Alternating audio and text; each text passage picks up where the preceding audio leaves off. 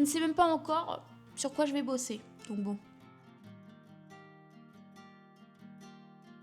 Plus j'ajoute des auteurs et plus j'ajoute des textes et plus je me rends compte que le sujet est hyper vaste, mais hyper intéressant. Autant dire que ce mois m'a littéralement roulé dessus.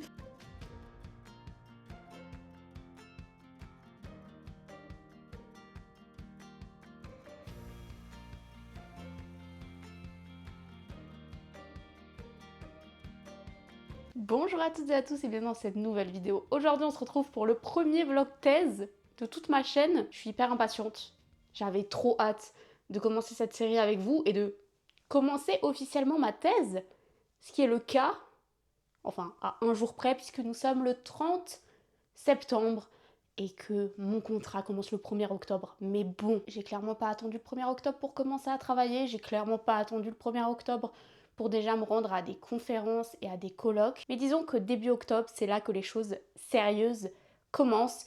La paperasse a été bouclée, j'espère, du moins pour le moment, puisque le doctorat c'est aussi beaucoup de démarches administratives. Et je pense que vous avez déjà eu affaire à l'administration. C'est pas un long fleuve tranquille. Pour ceux qui débarquent et qui ne me connaissent pas, je m'appelle Lia, j'ai 22 ans, encore pour quelques mois, et je viens d'entrer dans ma première année de doctorat. J'ai déjà fait une licence de lettres et un master de lettres. Je vous en ai déjà parlé dans pléthore de vidéos qui sont disponibles sur ma chaîne.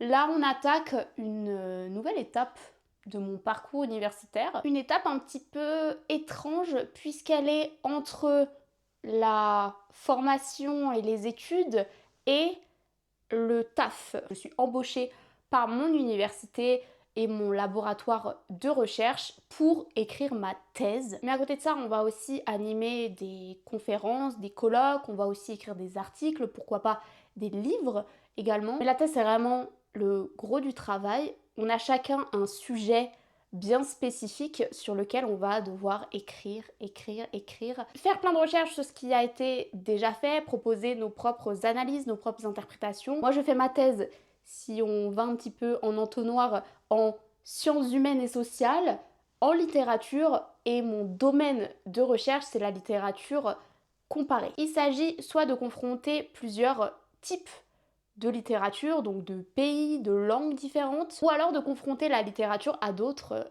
médias, que ce soit le cinéma, la peinture, etc. etc. Moi, je m'inscris plutôt dans le premier domaine, puisque je travaille essentiellement sur de la littérature germanophone et de la littérature francophone. J'ai quelques textes en anglais aussi qui se baladent, mais disons que c'est pas ma spécialité. Moi, ma thèse, elle porte sur l'étude du mythe de la Loreley, qui est un mythe du romantisme allemand. Il a été inventé par un auteur qui s'appelle Clemens Brentano, mais il a été surtout popularisé par Heinrich Heine, qui est un autre poète romantique, allemand toujours, et par les auteurs français, que ce soit Gérard de Nerval, Victor Hugo ou alors Guillaume Apollinaire. La Loreley, ou Loreley, c'est une jeune femme qui fréquenterait les abords du Rhin et qui est, suivant les versions et suivant les histoires, soit une sorcière ou une sirène. Et parfois, elle est simplement décrite comme une jeune femme qui a perdu son amour de toujours et qui est morte en se penchant un petit peu trop près du Rhin, ou en faisant carrément exprès, hein. Ça dépend aussi des versions et ça dépend aussi des interprétations. Enfin bref, le mythe de la Loreley, c'est vraiment un mythe fondateur du romantisme allemand qui développe une certaine vision de la féminité, encore une fois selon les versions. Et c'est exactement sur ça que porte mon travail, c'est de voir comment est-ce que ce mythe-là s'est réinventé au fur et à mesure de l'histoire, du 19e siècle à notre époque actuelle. Et j'étudie surtout les représentations de la femme et de la féminité dans ce mythe-là, que ce soit à travers des écrits poétiques ou des écrits en prose, des écrits faits par des hommes, puisque à l'origine ce mythe a été énormément popularisé par des poètes masculins, mais aussi les réécritures qui ont été faites par des femmes, et ce que ça dit de leur propre vision de la féminité. Est-ce que leurs écrits sont un petit peu plus subversifs que ceux qui ont été écrits par les hommes?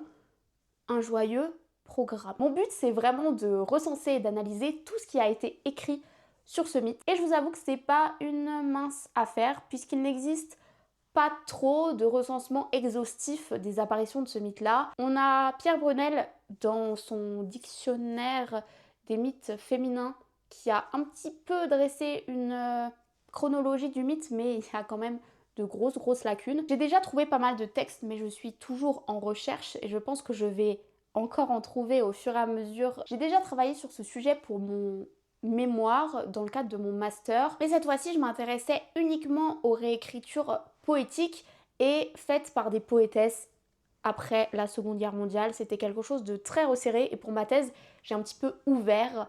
Je rajoute des nouveaux textes pour étoffer ma recherche et ma réflexion. Voilà, mon petit, énorme blabla d'introduction de ce vlog est terminé.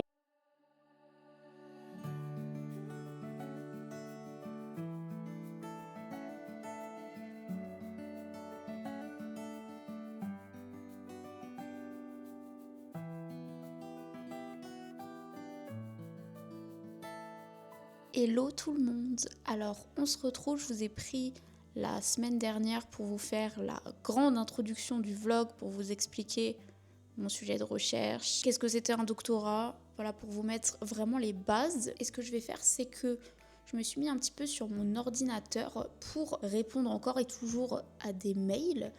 Je sais pas pourquoi, mais quand on arrive en doctorat, j'ai l'impression que ma boîte mail se remplit plus vite que insérer une comparaison convaincante parce que j'en ai pas trouvé. Donc j'ai quelques mails que je dois traiter et je vais aussi, et c'est pour ça que je vous ai pris, m'inscrire aux formations. Parce que c'est vrai que en doctorat, une grande partie de nos apprentissages se font par nous-mêmes, mais on a quand même des formations qui sont obligatoires ou en tout cas on a un quota horaire de formation à valider pendant toute la durée de notre doctorat.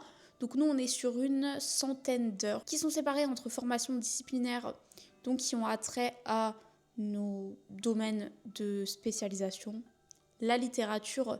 Pour moi, on peut soit assister à des workshops ou à des ateliers, ça c'est plus pour les sciences exactes, et pour les sciences humaines on va être sur de la participation à des colloques, des conférences.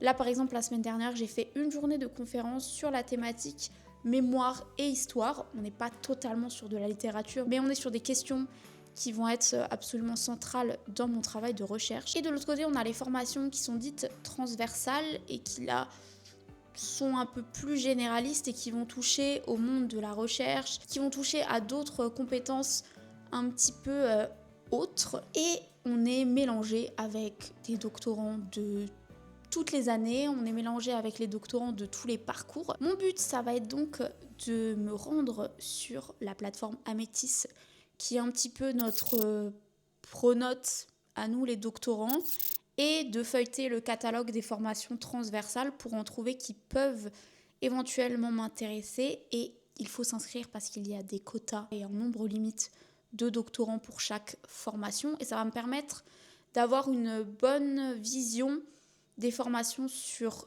l'année, de voir quand est-ce que je suis disponible, quand est-ce que je vais être aussi en déplacement, parce que j'ai déjà plusieurs déplacements qui sont prévus dans d'autres universités en France et à l'étranger. Et ça va me permettre de comptabiliser en avance le nombre d'heures que je vais faire cette année, en sachant que l'objectif pour moi, et je pense pour beaucoup de doctorants, c'est de faire le plus d'heures de formation possible en première année, parce qu'après on est très occupé et on a un petit peu autre chose à faire. Voilà, donc là je vous montre, on a le catalogue des formations. Ça concerne uniquement les formations transversales qui sont accessibles, comme je vous l'ai dit, à peu près tout le monde. Après, il y a certaines formations qui sont uniquement accessibles aux étudiants de sciences humaines. Il y en a d'autres qui sont uniquement pour les doctorants en sciences exact, donc il faut bien vérifier. Et puis il y a aussi des formations qui sont accessibles qu'à partir d'un certain niveau, donc c'est-à-dire la 2e ou 3e année de doctorat.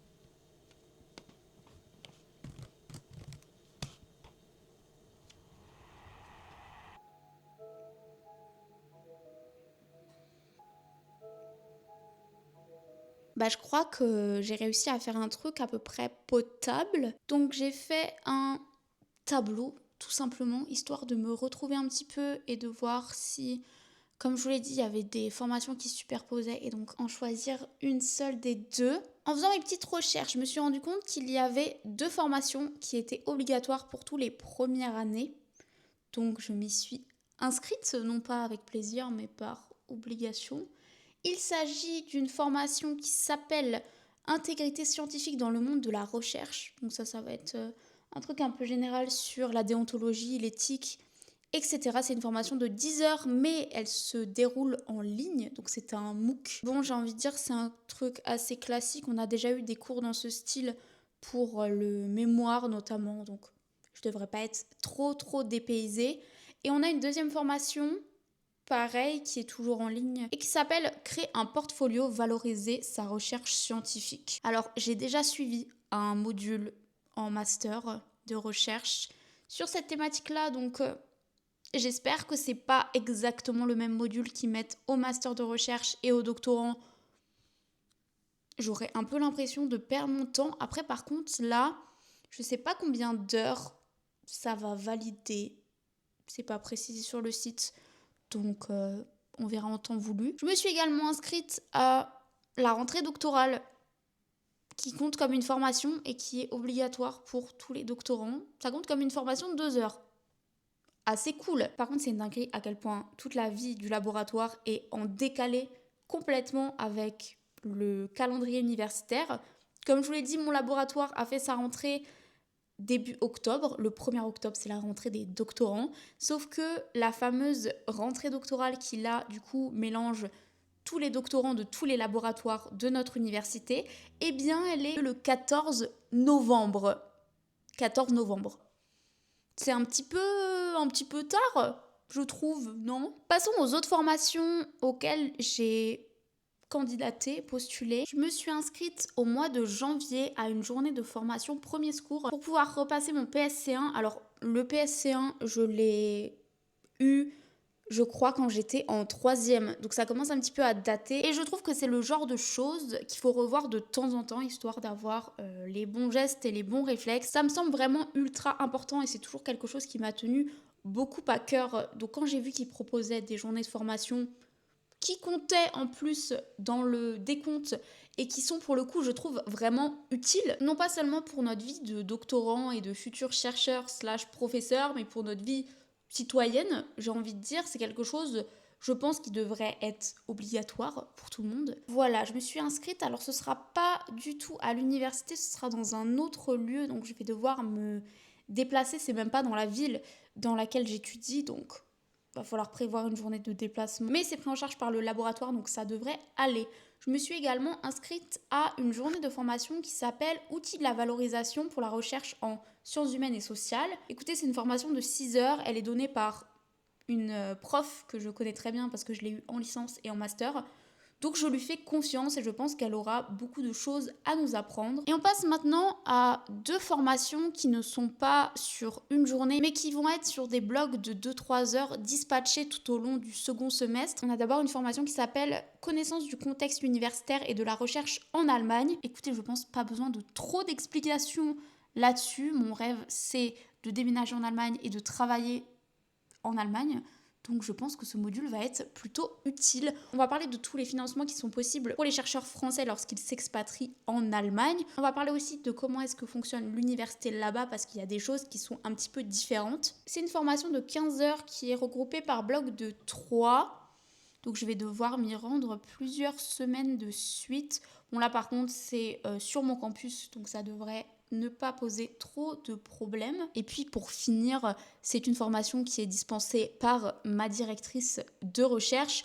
Donc comment dire que je pense qu'elle m'y attend au tournant. Et pour compléter un petit peu cette formation franco-allemande, j'ai pris un module d'allemand avancé qui va me permettre de préparer la certification Goethe que je vais pouvoir passer du coup à la fin de l'année et qui me sera très utile pour l'année prochaine, mais nous en reparlerons. Bon là c'est des cours qui vont s'étaler sur un peu plus longtemps puisque je vais en avoir toutes les semaines de janvier à fin mars. Et puis voilà quoi, pour l'instant j'ai pas pris plus de formations. Je pense que pour cette année ce sera tout, à moins qu'il y ait des trucs un petit peu inopinés. Alors par contre quand je dis ce sera tout pour les formations transversales, mais évidemment j'aurai des formations disciplinaires, des colloques, des conférences auxquelles assister. Bon, écoutez, maintenant que c'est fait, je vais aller manger. Et puis cet après-midi, je vais me remettre à travailler. Peut-être que je vous emmènerai avec moi, peut-être pas. Je ne sais même pas encore sur quoi je vais bosser. Donc bon.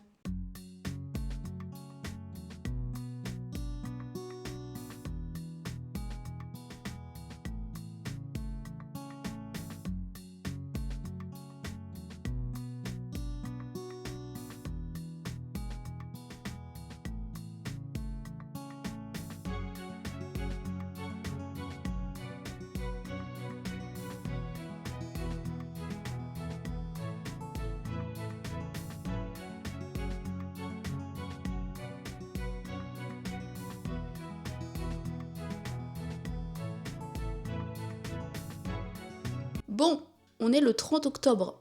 Autant dire que ce mois m'a littéralement roulé dessus et que le dernier plan parlé que je vous ai fait, c'était il y a 2 semaines et demie. Littéralement entre moi qui tombe malade, moi qui a des problèmes administratifs, ça a été un petit peu compliqué et j'ai complètement perdu l'habitude de sortir ma caméra. Alors je l'ai sortie à quelques moments pour faire des petits plans. Globalement, ça a été des semaines assez chargées, assez fatigantes.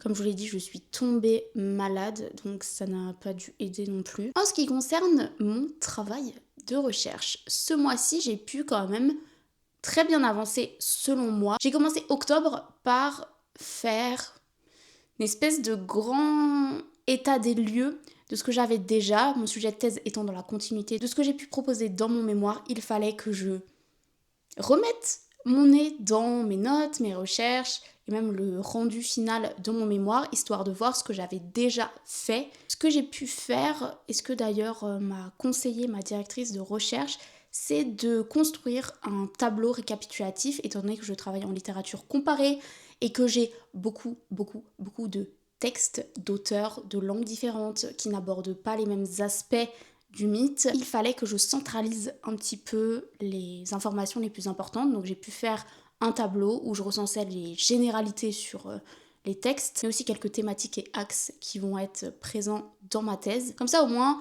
tout est au bon endroit, et même si c'est absolument pas exhaustif, avec une petite recherche, je peux voir les textes qui ont un petit peu les mêmes mots-clés, ce que je vais pouvoir rapprocher. Une fois que j'ai construit le tableau et que j'ai pu rentrer les informations des poèmes que j'avais étudiés pendant mon mémoire, j'ai pu commencer à me frotter aux nouveaux textes, et autant dire que ça a été à la fois une bouffée d'air frais et à la fois le meilleur truc qui pouvait m'arriver. Je sais que ma directrice m'avait d'abord conseillé de retravailler sur les poèmes que j'avais déjà vus dans mon mémoire. Ce n'est pas ce que j'ai fait.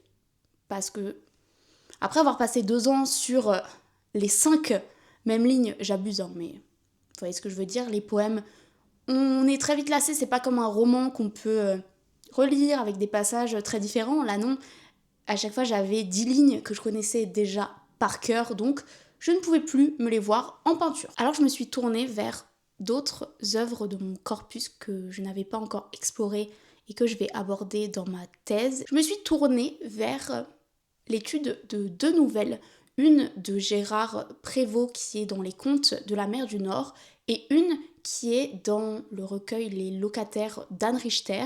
Et pourquoi est-ce que j'ai décidé de les travailler conjointement? Parce que ce sont 2 auteurs qui sont issus du mouvement du fantastique belge. Autant dire que je n'y connaissais absolument rien en littérature belge, que je ne connaissais pas l'histoire littéraire, que je ne connaissais pas la critique littéraire belge et que je ne connaissais pas beaucoup d'auteurs et d'œuvres. Et ça m'a vraiment beaucoup plu. Je trouve que les 2 textes fonctionnent assez bien ensemble.